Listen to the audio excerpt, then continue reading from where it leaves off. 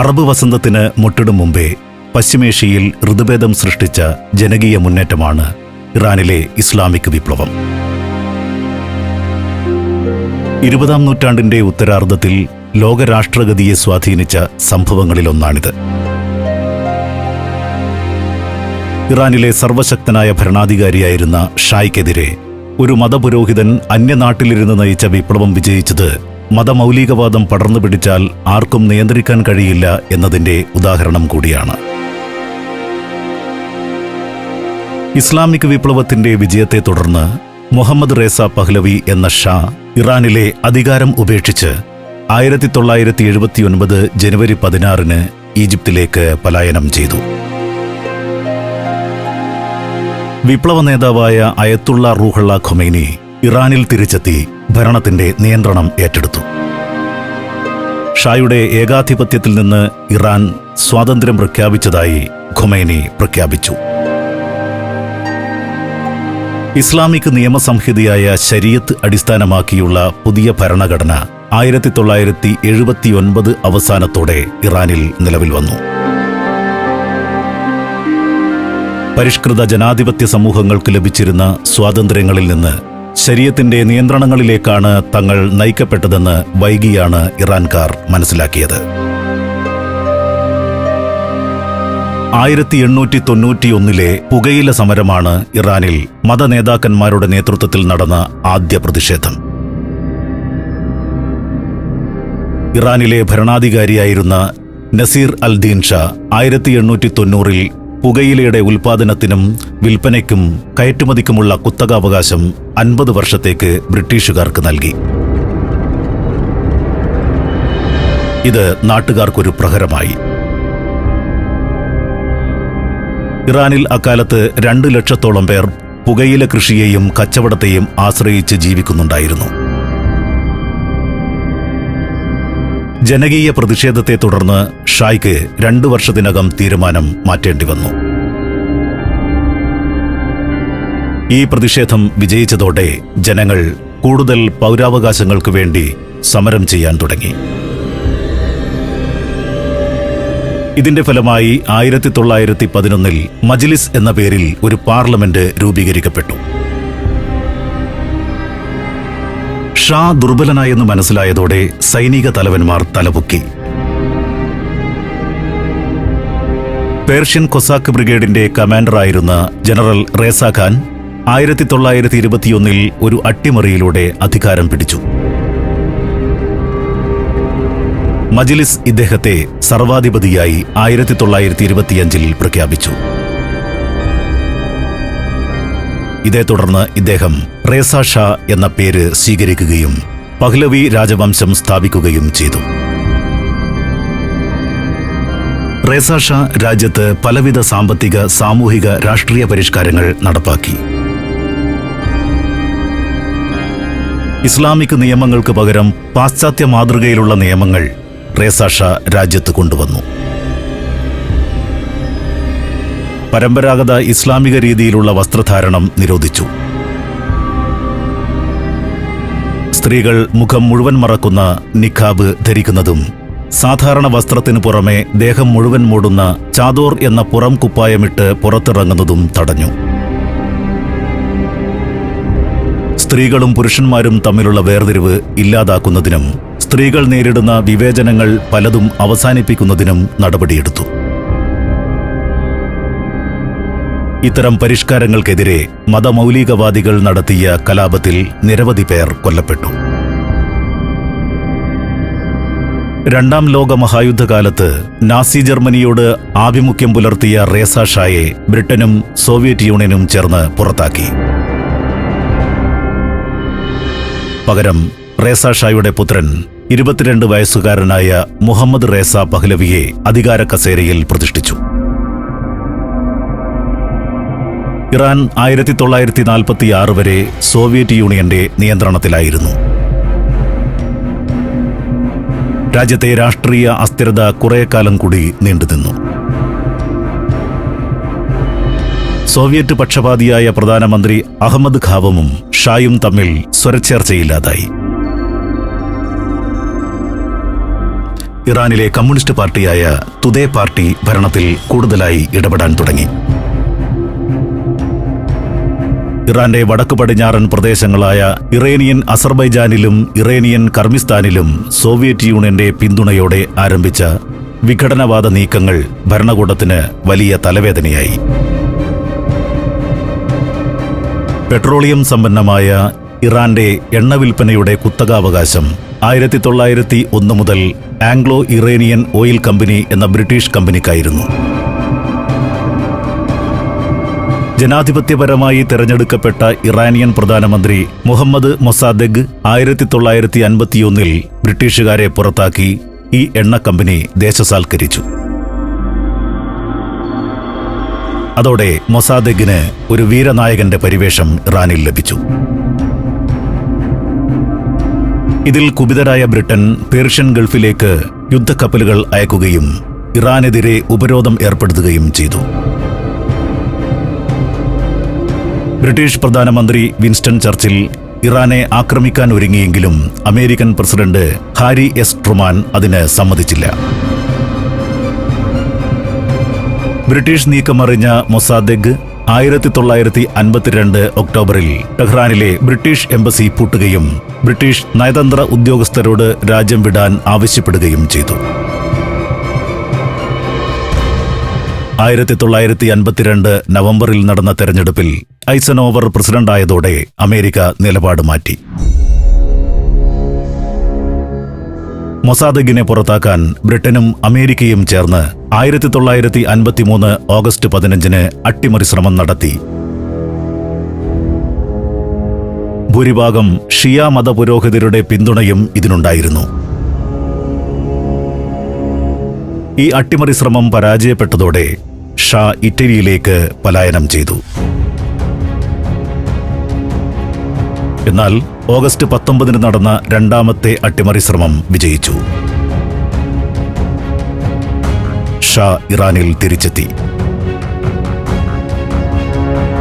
മൊസാദെഗ് വീട്ടുതടങ്കലിലായി. Lieutenant general Fasalulla സഹേദിയെ പുതിയ പ്രധാനമന്ത്രിയായി നിയമിച്ചു. അതുവരെ പ്രധാനമന്ത്രിയുടെ നിഴലിൽ കഴിഞ്ഞിരുന്ന ഷാ മുഹമ്മദ് റേസ പെഹ്ലവി അധികാരത്തിന്റെ കടിഞ്ഞാൺ കയ്യിലെടുത്തു. അമേരിക്കയുമായി അടുത്ത ബന്ധം സ്ഥാപിച്ചു. ധവള വിപ്ലവം എന്ന പേരിൽ വിപുലമായ ഒരു പരിഷ്കരണ പദ്ധതി അദ്ദേഹം 1963 ആരംഭിച്ചു. ഭൂപരിഷ്കരണം, സാക്ഷരതാ പ്രവർത്തനം, സ്ത്രീകൾക്ക് വോട്ടവകാശം നൽകൽ, തൊഴിലാളി ക്ഷേമ പദ്ധതികൾ എന്നിവയെല്ലാം ഇതിന്റെ ഭാഗമായിരുന്നു. പശ്ചാത്യ മാതൃകയിലുള്ള ഇത്തരം പരിഷ്കരണങ്ങൾ സമൂഹത്തിൽ തങ്ങളുടെ സ്വാധീനം കുറയ്ക്കുമെന്ന് മതനേതാക്കൾ ഭയപ്പെട്ടു. ഭൂപ്രഭുക്കന്മാരും ഭരണകൂടത്തിന് എതിരായി. പരിഷ്കാരങ്ങളുടെ ഫലമായി സാധാരണക്കാർക്ക് കൂടുതൽ സ്വാതന്ത്ര്യവും നേട്ടങ്ങളും ലഭിച്ചത് സമൂഹത്തിൽ പുതിയ സംഘർഷങ്ങൾക്ക് വഴിവെച്ചു. ബുദ്ധിജീവികൾക്കും നഗരങ്ങളിലെ അധ്വാനവർഗത്തിനും ഷായുടെ ഏകാധിപത്യ ഭരണത്തോട് തുടക്കം മുതൽ എതിർപ്പുണ്ടായിരുന്നു. പരിഷ്കാര നടപടികൾ മൂലം സർക്കാരിലെ അഴിമതി വർദ്ധിച്ചത് സാധാരണ ജനങ്ങളുടെ അതൃപ്തി കൂട്ടി. ജനങ്ങളുടെ അതൃപ്തി മുതലെടുക്കാൻ കാത്തിരുന്ന മതനേതാക്കളുടെ നീക്കങ്ങൾ ശക്തിപ്പെട്ടു. ചുവപ്പ് വിപ്ലവം തടയാനായി ഷാ നടപ്പാക്കിയ ധവള വിപ്ലവം മതവിപ്ലവത്തിലേക്കാണ് നയിച്ചത്. യാഥാസ്ഥികരായ മതനേതാക്കളുടെ പ്രചാരണം ജനങ്ങളെ സർക്കാരിന് എതിരാക്കി. അയത്തുള്ള റൂഹുള്ള ഖൊമേനി ആയിരുന്നു ഈ മതനേതാക്കളിൽ പ്രമുഖൻ. ഷിയ മുസ്ലിങ്ങളിലെ 85% വരുന്ന ഇമാമിയ വിഭാഗത്തിലെ മതനേതാവായിരുന്നു റൂഹുള്ള ഖൊമേനി. അയത്തുള്ള എന്നത് ഒരു മതപദവിയാണ്. ഷായുടെ ധവള വിപ്ലവത്തിനെതിരെ 1963 പ്രതിഷേധത്തിന് നേതൃത്വം കൊടുത്തുകൊണ്ടാണ് റൂഹുള്ള ഖൊമേനി ദേശീയ ശ്രദ്ധയിൽ വരുന്നത്. ഇറാനിലെ ഇസ്ലാമിനെ തകർക്കാൻ ശ്രമിക്കുന്നയാളാണ് ഷാ എന്ന് പറഞ്ഞതിന് ഖൊമേനി അറസ്റ്റിലായി. ഇതിൽ പ്രതിഷേധിച്ച് ഇറാനിലെമ്പാടും കലാപങ്ങൾ നടന്നു. കലാപം അമർച്ച ചെയ്യാനുള്ള പോലീസ് വെടിവയ്പിൽ 32 പേർ മരിച്ചുവെന്നാണ് ഔദ്യോഗിക കണക്ക്. എന്നാൽ അനൌദ്യോഗിക കണക്കുകൾ പ്രകാരം മരണം 15,000-ൽ അധികമാണ്. 8 മാസത്തെ വീട്ടുതടങ്കലിന് ശേഷം ഖൊമേനിയെ വിട്ടയച്ചു. അക്കാലത്ത് ഇറാന് ഇസ്രയേലുമായി സഹകരണമുണ്ടായിരുന്നു.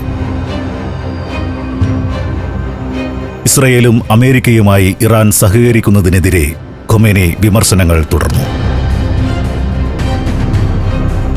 1964 നവംബറിൽ ഖൊമേനിയെ വീണ്ടും അറസ്റ്റ് ചെയ്യുകയും നാടുകടത്തുകയും ചെയ്തു. 15 വർഷത്തെ ഈ പ്രവാസ ജീവിതത്തിൽ അധികകാലവും ഇറാഖിലെ നജാഫിലാണ് അദ്ദേഹം കഴിഞ്ഞത്. ശരീഅത്ത് നിയമത്തിൽ അധിഷ്ഠിതമായ ഒരു ഭരണകൂടം വരേണ്ടതിന്റെ ആവശ്യകത വിശദീകരിച്ച് ഇസ്ലാമിക് ഗവൺമെന്റ് എന്ന പേരിൽ ഖൊമേനി ഒരു പുസ്തകമെഴുതി. ഈ പുസ്തകവും ഖൊമേനിയുടെ പ്രസംഗം കാസറ്റിലാക്കിയതും ഇറാനിലെങ്ങും പ്രചരിപ്പിക്കപ്പെട്ടു. ആളുകളെ അത് വലിയ തോതിൽ സ്വാധീനിച്ചു. ഷായുടെ നയങ്ങൾ മൂലം അഴിമതി വർദ്ധിച്ചതായി ചൂണ്ടിക്കാട്ടി. ഭരണത്തോട് എതിർപ്പുള്ള മറ്റ് വിഭാഗങ്ങളെയും കൂടെ കൂട്ടാൻ ഖൊമേനി കൗശലം കാട്ടി. മതഭരണമാണ് താൻ ലക്ഷ്യമിടുന്നതെന്ന കാര്യത്തിന് ഊന്നൽ നൽകിയില്ല. പേർഷ്യൻ സാമ്രാജ്യ സ്ഥാപനത്തിന്റെ 2500-ാം വാർഷികം 1971-ൽ ഷാ ഭരണകൂടം ആഡംബരപൂർവ്വം ആഘോഷിച്ചു. ഇസ്ലാമിന് ഹറാമായ മദ്യം ആഘോഷത്തിൽ പങ്കെടുക്കാനെത്തിയ വിദേശ നേതാക്കൾക്ക് വിളമ്പിയത് വലിയ തെറ്റാണെന്ന് ഖൊമേനി പ്രചരിപ്പിച്ചു. ഇറാനിയൻ ഇസ്ലാം കലണ്ടറിലെ ആദ്യ വർഷം ഹിജ്റി ആയിരുന്നത് സൈറസ് ചക്രവർത്തി സ്ഥാനാരോഹണം ചെയ്ത വർഷമായി മാറ്റിയതും സാധാരണക്കാരുടെ എതിർപ്പിനിടയാക്കി. എണ്ണ വ്യാപാരത്തിൽ 1970-കളിലുണ്ടായ കുതിച്ചുകയറ്റം ഇറാനിൽ വലിയ വിലക്കയറ്റത്തിനിടയാക്കി. സമ്പന്നരും പാവപ്പെട്ടവരും തമ്മിലുള്ള വിടവ് വർദ്ധിച്ചു. വിദേശത്തുനിന്ന് ആയിരക്കണക്കിന് വിദഗ്ധ തൊഴിലാളികൾ ഇറാനിലെത്തിയതും സാധാരണ ഇറാൻകാരെ രോഷം കൊള്ളിച്ചു. പണപ്പെരുപ്പത്തെ നേരിടാൻ സർക്കാർ ആവിഷ്കരിച്ച മിതവ്യയ നയങ്ങൾ സാധാരണക്കാരെയാണ് കൂടുതൽ ബാധിച്ചത്. ഷാ ഭരണകൂടത്തിനെതിരെ മതനേതാക്കൾ നടത്തിയ പ്രബോധനങ്ങളിൽ ഇവരെല്ലാം ആകൃഷ്ടരായി. Vietnam, France, Belgium, Netherlands, Mexico, Greece. Sancharam volume number 18. Full HD-യിലുള്ള ഈ അപൂർവ ദൃശ്യയാത്രാ വിവരണ ശേഖരം സ്വന്തമാക്കാൻ സഞ്ചാരം എന്ന് SMS ചെയ്യൂ. ഫോൺ 9955444222. ഇറാനിലെ പുരോഗമനവാദിയായ ഒരു ഇസ്ലാം പണ്ഡിതൻ അലി ശരിയത്തി 1977 ജൂണിൽ ദുരൂഹ സാഹചര്യത്തിൽ മരിച്ചു. മരണത്തിനു പിന്നിൽ രഹസ്യ പോലീസാണെന്ന് അദ്ദേഹത്തിന്റെ അനുയായികൾ കുറ്റപ്പെടുത്തി. വലിയ പ്രതിഷേധങ്ങൾ നടന്നു. ഒക്ടോബറിൽ ഖൊമേനിയുടെ മൂത്ത മകനും പ്രധാന സഹായിയുമായ മുസ്തഫ ഇറാഖിലെ നജാഫിൽ വെച്ച് ഹൃദയാഘാതം മൂലം മരിച്ചു. ഈ മരണത്തിനു പിന്നിലെ രഹസ്യ പോലീസിന്റെ കരങ്ങൾ സംശയിക്കപ്പെട്ടു. മുസ്തഫയുടെ മരണത്തെ തുടർന്ന് ഇറാനിലെ പല നഗരങ്ങളിലും ദുഃഖാചരണവും പ്രതിഷേധ പ്രകടനങ്ങളും അരങ്ങേറി. ഇങ്ങനെ സംഘർഷം ഉരുണ്ടുകൂടുമ്പോഴാണ് 1978 ജനുവരിയിൽ മതപാഠശാലകളിലെ വിദ്യാർത്ഥികൾ ഖോം നഗരത്തിൽ പ്രതിഷേധ പ്രകടനം നടത്തിയത്. അതിനുശേഷം പോലീസ് നടത്തിയ വെടിവയ്പിൽ 300-ഓളം പേർ കൊല്ലപ്പെട്ടു. രക്തസാക്ഷികളുടെ ചോര ഇസ്ലാമിനെ വളർത്തുമെന്ന് ഖൊമേനി പ്രസ്താവനയിറക്കി. പിന്നീട് ഇറാനിലെ പല നഗരങ്ങളിലും നടന്ന പ്രതിഷേധ പ്രകടനങ്ങൾ കലാപമായി മാറി. പശ്ചാത്യ സംസ്കാരത്തിന്റെ പ്രതീകങ്ങളായ സിനിമാ തിയേറ്ററുകളും മദ്യശാലകളും ബാങ്കുകളും തീവയ്ക്കപ്പെട്ടു. പോലീസ് സ്റ്റേഷനുകൾ ആക്രമിച്ചു. നൂറുകണക്കിന് പ്രതിഷേധക്കാർ ഈ കലാപങ്ങളിൽ മരിച്ചു. പ്രതിഷേധം പെട്ടെന്ന് ആളിപ്പടർന്നത് ഷായെ അമ്പരപ്പിച്ചു. തീരുമാനങ്ങൾ എടുക്കുന്നതിൽ അദ്ദേഹത്തിന് വന്ന പാളിച്ചകൾ പ്രശ്നം സങ്കീർണമാക്കി. കൂടുതൽ ഉദാരവൽക്കരണ നടപടികൾ പ്രഖ്യാപിച്ച് പ്രതിഷേധങ്ങളെ നേരിടാനാണ് അദ്ദേഹം ശ്രമിച്ചത്. മജ്ലിസിലേക്ക് 1979 സ്വതന്ത്ര തെരഞ്ഞെടുപ്പ് നടത്തുമെന്ന് അദ്ദേഹം പ്രഖ്യാപിച്ചു. സെൻസർഷിപ്പിൽ അയവ് വരുത്തി. കലാപത്തെ നേരിടുന്നതിൽ പരാജയപ്പെട്ട നിരവധി പോലീസ് സിവിൽ ഉദ്യോഗസ്ഥരെ പിരിച്ചുവിട്ടു.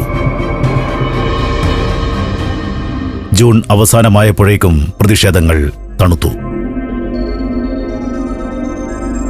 ഇറാനിൽ കലാപം ഉണ്ടാകാൻ സാധ്യതയില്ലെന്ന് CIA വിലയിരുത്തി. എന്നാൽ പ്രക്ഷോഭം പുനരാരംഭിച്ചത് വളരെ പെട്ടെന്നാണ്. ആയിരക്കണക്കിന് തൊഴിലാളികൾ പ്രക്ഷോഭങ്ങൾക്കൊപ്പം ചേർന്നു. ഇസ്ലാമിന്റെ പുണ്യമാസമായ റംസാനിൽ പ്രക്ഷോഭത്തിന്റെ തീവ്രത കൂടി. ഇസ്ഫഹാൻ നഗരത്തിൽ നിറയെ അമേരിക്കൻ ജോലിക്കാർ കയറിയ ഒരു ബസ് ബോംബ് വെച്ച് തകർക്കപ്പെട്ടു. അവിടെ പട്ടാള നിയമം പ്രഖ്യാപിച്ചു. മതനേതാക്കളെ അനുനയിപ്പിച്ച് പ്രശ്നം ശമിപ്പിക്കുന്നതിനാണ് ഷാ ശ്രമിച്ചത്. അതിന്റെ ഭാഗമായി അമോസെഗറിനെ മാറ്റി ജാഫർ ഷെരീഫ് ഇമാമിയെ പ്രധാനമന്ത്രിയാക്കി. എല്ലാ രാഷ്ട്രീയ തടവുകാരെയും വിട്ടയച്ചു. രാഷ്ട്രീയ പാർട്ടികൾക്കെല്ലാം നിയമസാധുത നൽകി. അഭിപ്രായ സ്വാതന്ത്ര്യം വർദ്ധിച്ചു. രഹസ്യ പോലീസിന്റെ അധികാരം കുറച്ചു. കാസിനോകളും നൈറ്റ് ക്ലബ്ബുകളും അടച്ചുപൂട്ടി. കലണ്ടർ പരിഷ്കരിച്ചത് പിൻവലിച്ചു. അഴിമതിക്കാരായ ഉദ്യോഗസ്ഥരെ ശിക്ഷിച്ചു. സെൻസർഷിപ്പ് നിർത്തലാക്കി. എന്നാൽ അതോടെ പത്രങ്ങൾ ഷായെ നിശിതമായി വിമർശിക്കാൻ തുടങ്ങി. ഓഗസ്റ്റ് 19 അബദാൻ നഗരത്തിൽ ഒരു സിനിമാ തിയേറ്റർ തീവയ്ക്കപ്പെട്ടു. അതിനകത്തുണ്ടായിരുന്ന 422 പേരാണ് വെന്തുമരിച്ചത്.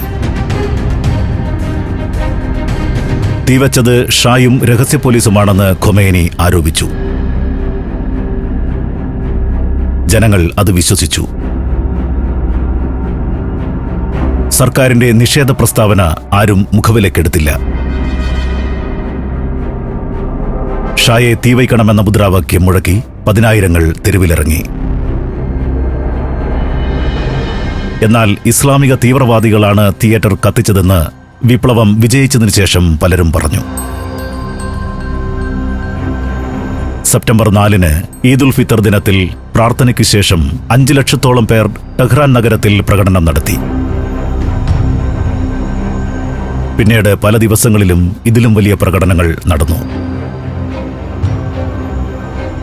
ഖൊമേനി തിരിച്ചു വരണമെന്നും ഇറാനിൽ ഇസ്ലാമിക് റിപ്പബ്ലിക് സ്ഥാപിക്കണമെന്നും പ്രകടനക്കാർ ആവശ്യപ്പെട്ടു. സെപ്റ്റംബർ 8 ടെഹ്റാനിലും മറ്റ് 11 പ്രധാന നഗരങ്ങളിലും പട്ടാള നിയമം പ്രഖ്യാപിച്ചു. പ്രകടനങ്ങൾ നിരോധിച്ച് കർഫ്യൂ ഏർപ്പെടുത്തി.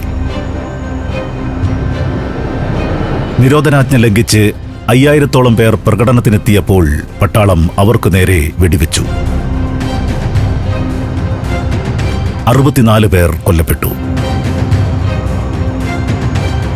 നിരപരാധികളായ 4000 പേരെ സയണിസ്റ്റുകൾ കൂട്ടക്കൊല ചെയ്തതായി ഖൊമേനി പ്രസ്താവനയിറക്കി.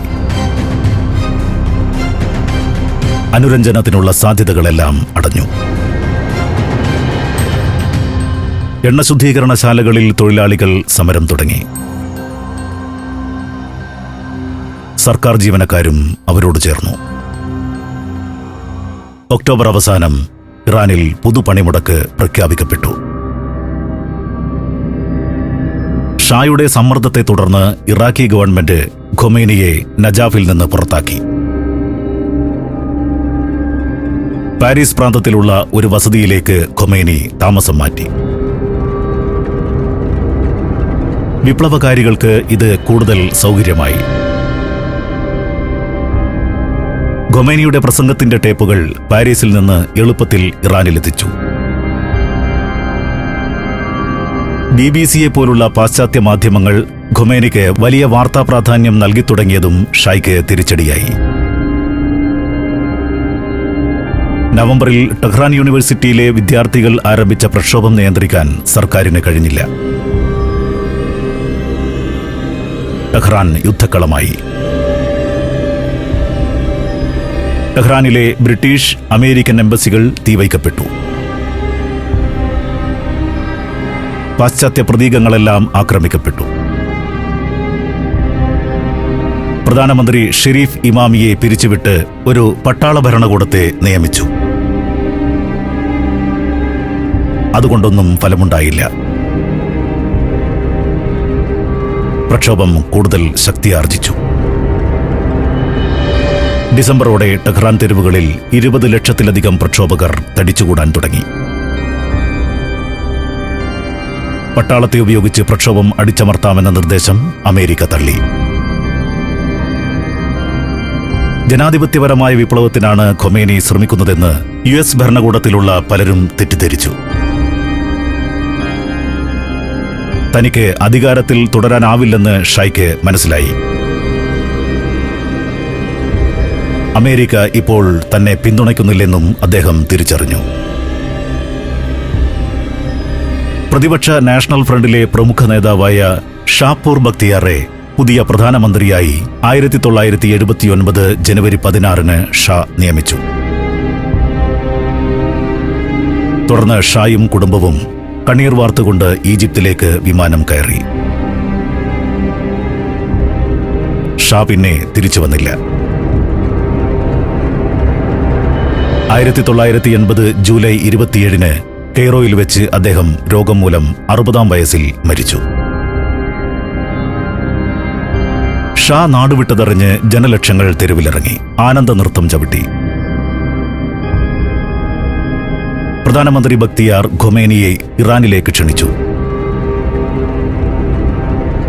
ഖൊമേനി അധികാരത്തിൽ നിന്നു വിട്ടുനിൽക്കുമെന്നാണ് ബക്തിയാർ കരുതിയത്. ഖൊമേനി 1979 ഫെബ്രുവരി 1 ടെഹ്റാനിൽ മടങ്ങിയെത്തി. ബക്തിയാർ ഗവൺമെന്റിനെ താൻ അംഗീകരിക്കില്ലെന്ന് ആദ്യ പ്രസംഗത്തിൽ തന്നെ ഖൊമേനി വ്യക്തമാക്കി. മെഹ്ദി ബസാർഗൻ പ്രധാനമന്ത്രിയായി ഒരു വിപ്ലവ ഗവൺമെന്റ് ഫെബ്രുവരി 5 ഖൊമേനി പ്രഖ്യാപിച്ചു. 1979 മാർച്ചിൽ നടന്ന ഹിതപരിശോധനയിൽ ഇസ്ലാമിക് റിപ്പബ്ലിക്കിന് അനുകൂലമായി ജനങ്ങൾ വിധിയെഴുതി. ശരീഅത്ത് അടിസ്ഥാനമാക്കിയുള്ള ഭരണഘടന 1979 അവസാനത്തോടെ നിലവിൽ വന്നു. ഇസ്ലാമിക ഭരണം വന്നതോടെ വ്യക്തിസ്വാതന്ത്ര്യത്തിനും വസ്ത്രധാരണ രീതികൾക്കും ജീവിതശൈലികൾക്കുമൊക്കെ നിയന്ത്രണങ്ങളുണ്ടായി. സ്ത്രീകൾ ഹിജാബ് ധരിച്ചേ പുറത്തിറങ്ങാവൂ എന്ന ആജ്ഞ കർക്കശമായി നടപ്പിലാക്കപ്പെട്ടു. ഹിജാബിനെതിരെ പ്രതിഷേധിച്ച മഹ്സ അമിനി എന്ന 22-കാരി 2022 സെപ്റ്റംബറിൽ അറസ്റ്റിലാവുകയും പോലീസ് മർദ്ദനത്തിൽ മരിക്കുകയും ചെയ്തത് വലിയ തോതിൽ ലോകശ്രദ്ധ നേടിയ സംഭവമാണ്. ഇറാനിലെ വിപ്ലവം വിജയിച്ചെങ്കിലും അത് ഇറാൻകാരുടെ ജീവിത നിലവാരം മെച്ചപ്പെടുത്തിയോ എന്ന ചോദ്യം ഉത്തരം കിട്ടാതെ നിൽക്കുന്നു.